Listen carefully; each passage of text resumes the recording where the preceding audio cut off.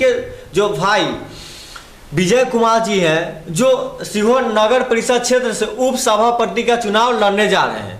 इसी पर हम चर्चा करने जा रहे हैं शिक्षक संजय कुमार जी से। तो सबसे पहले सीहोर का नगर निगम का विकास कैसा हो और सीहोर नगर निगम कैसा होना चाहिए? सर्वप्रथम लाइव सीहोर के तमाम दर्शकों को नववर्ष की हार्दिक बधाई और शुभकामनाएं। और मैं आपको भी बहुत बहुत धन्यवाद देना चाहूँगा कि आप सीहोर के आगामी चुनाव को लेकर के हमें मौका दिया आप अपने चैनल के माध्यम से।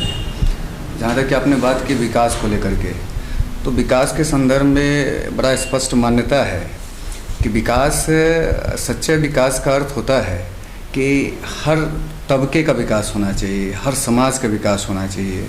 और विकास जो होना चाहिए वो हमेशा ऊपरी पायदान से होकर के होते हुए अंतिम पायदान तक के जो व्यक्ति हैं वहाँ तक अगर विकास पहुँचे तो विकास के बहुत बड़े मायने होते हैं। और विकास, राजनीति में जितने भी लोग आते हैं उनको इस तरह के तथ्यों का ध्यान रख करके विकास करना चाहिए, सबको साथ लेकर के चलने का प्रयास करना चाहिए। हम सिर्फ सोशल मीडिया पर हम लोग एक्टिव में नहीं है, हम धरातल पर भी हम लोग बहुत काम कर रहे हैं। और जिस तरह का फीडबैक मिला है, जिस तरह से लोगों का लाड़ प्यार मिल रहा है, समर्थन मिल रहा है, इस समर्थन से हम लोग काफ़ी अभिभूत हैं। और ऐसा लगता है कि निस्संदेह हम जिस कार्य को लेकर के हम लोग आगे बढ़ रहे हैं उसमें हमें सफलता मिलेगी। और काफ़ी सक्षम है हमारा जो छोटा भाई विजय है, काफ़ी सक्षम है, समाज के प्रति एक अच्छा सोच है, सकारात्मक सोच है, सबको लेकर के साथ रखने का सोच है। और अगर मौका मिलता है तो सीहोर के विकास में एक मील का पत्थर साबित होगा। आपके अनुसार से, आप शिक्षक हैं, सीहोर में आप शिक्षा के क्षेत्र में बहुत दिनों से सेवा भी दे रहे हैं, तो आपके अनुसार से नगर परिषद का उप सभापति का कैंडिडेट कैसा होना चाहिए? जी, ये भी आपका सवाल बहुत बढ़िया है। कैंडिडेट चाहे प्रतिनिधि, कोई भी किसी भी पद का जो प्रतिनिधि होना चाहिए। समाज में जो राजनीति की जो विचारधाराएं बनी हैं, अवधारणाएं पिछले कुछ दिनों से बनी है, तो उसमें जनप्रतिनिधि होने का जो अर्थ होता है वो थोड़ी सी धूमिल हुई है। तो मेरा मानना है कि जनप्रतिनिधि अर्थात जनता की जो समस्याएं हैं, जनता की जो ज़रूरत है, जो आम जनों की जो समस्या है, उसको सबसे आगे लेकर के रखने वाला, सबसे ऊपर रखने वाला व्यक्ति ही सही अर्थों में, सही मायनों में वो जनप्रतिनिधि होता है। पिछले कुछ दशकों से ये देखा जा रहा है, आज़ादी के दौर में लोग होते थे, जनप्रतिनिधि होते थे, नेता होते थे, जो वास्तविक तौर पर वो राजनीति करते थे, उनके राजनीति की उनके पास समझ होती थी। लेकिन पिछले कुछ दिनों से मैं देख पा रहा हूँ, पिछले कुछ वर्षों से, दशकों से, कि जनप्रतिनिधि नाम मात्र के रहे हैं, क्योंकि वो जनता के जो लाभ हैं, जनता के लिए जो किए जाए कार्य है, उससे उनका कोई विशेष सरोकार नहीं होता है।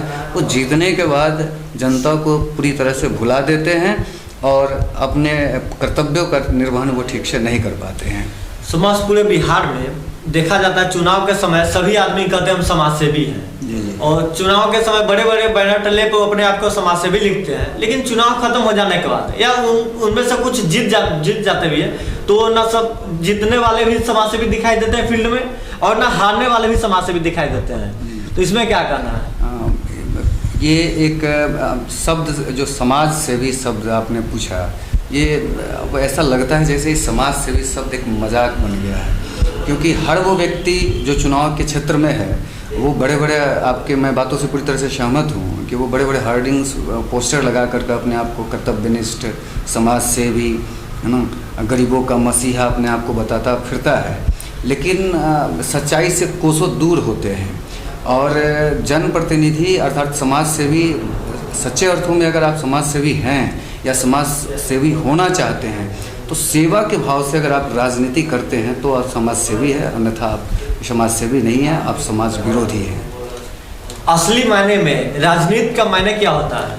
राजनीति, मेरी समझ से जहाँ तक हम लोगों ने राजनीति को किया तो नहीं है, लेकिन राजनीति को पढ़ा है, राजनीति को काफ़ी समझा है। और स्पष्ट मानना है कि राजनीति का मतलब होता है समस्या का समाधान करना। और मैं पिछले कई जगहों पर इस बात का भी मैंने दोहराया है कि समस्या का समाधान होना ही राजनीति होता है। और लोग जो राजनीति करते हैं, आज आप देख पा रहे हैं कि सीहोर नगर परिषद क्षेत्र में समस्याओं का एक अंबार सा है।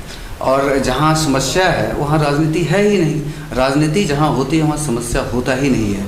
तो अब मेरी समझ से हम लोग इस प्रयोग कर रहे हैं, एक सकारात्मक प्रयोग को लेकर के, एक उद्देश्य को लेकर के राजनीति में आए हैं। और बेशक जो राजनीति की अवधारणा है, जो परिभाषा है, उस पर हम लोग खड़े उतरेंगे और समस्या का निराकरण करके आम जन को जितना से जितना ज़्यादा से ज़्यादा लाभ हो उसको पहुंचाने का हम लोग भरसक प्रयास करेंगे। जैसे आम जन, नागरिक जो लोग हैं, वो लोग दशकों से, वर्षों से उनको लंबे लंबे वादे मिलते हैं, वादे पे कोई प्रतिनिधि खड़े नहीं उतर पाते हैं, जिस कारण से जो पब्लिक है उन लोग का विश्वास प्रतिनिधि से उतर चुका हुआ है। सब जाते हैं तो सबको प्रतिनिधि लोग को पब्लिक द्वारा कहा जाता है ये भी तो उसी में का होगा, क्या करे।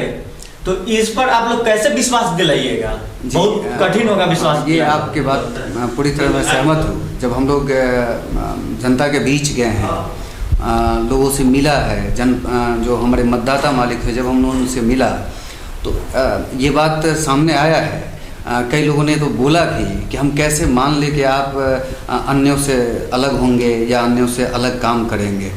तो मैं आपके चैनल के माध्यम से और धरातल पर भी हालांकि मैंने उन लोगों को विश्वास दिलाया है कि एक मौका देख करके देखा जा सकता है, क्योंकि इससे पहले भी बहुत सारे लोगों को आपने मौके दिए हैं, न जिनके पास कोई विज़न होता है, न जिनके पास कुछ करने की इच्छा शक्ति होती है, न सकारात्मक सोच होता है।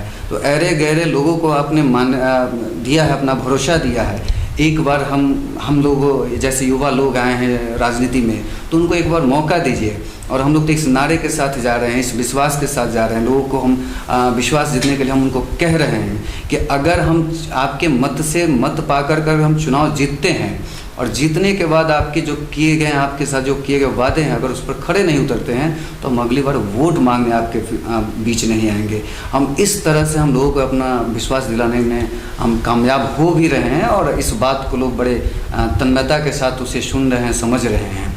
तो कोशिश है कि विश्वास जीत लेना, और हमको लगता है कि हम आधी जंग जीत चुके हैं। लोगों का विश्वास, बड़ी संख्या में लोगों का जनमत का जो समूह है वो हमारे भाई के पक्ष में होता जा रहा है, और शेष थोड़ी बहुत जो कमियां बची है वो आने वाले दिनों में हम लोग उसको भी बहुत मजबूती के साथ उसे। आप लोग अपने तरफ से अपने भाई के लिए चुनाव के कैंपेनिंग में कितना प्रतिशत तक योगदान दे चुके हुए हैं, कितना प्रतिशत तक तैयारी कर चुके हुए हैं? जी हमको लगता है कि उपसभापति के उम्मीदवार के तौर पर जितने भी लोग मैदान में है उन सब में अव्वल दर्जे का योगदान हम लोगों ने दिया है, और काफ़ी 100% योगदान दिया है। डोर टू डोर गया है, लोगों की समस्याएं सुनी हैं, उनके बातों को समझा है और कोट किया है, उनकी समस्याओं को हम लोगों ने नोटिस किया है और उसकी एक बड़ी फहरिस्त बना ली है, हमने लिस्ट बनाई है। और जब हमें सफलता हासिल होगी तो वो एक एक वादे जो जनता से हम लोगों ने किए हैं, हम उस एक एक वादे को हम वहाँ पर जा करके हम उसको दूर करने का प्रयास करेंगे। और मैं अभी आपको दोहराया कि अगर मैं उनके वादे पर खड़ा नहीं उतरता हूँ तो अन्यथा मैं अगले बार से हम लोग कभी चुनाव के क्षेत्र में जाएंगे नहीं, उनसे वोट मांगने भी नहीं जाएंगे। Subscribe now and press the bell icon. Never miss an update.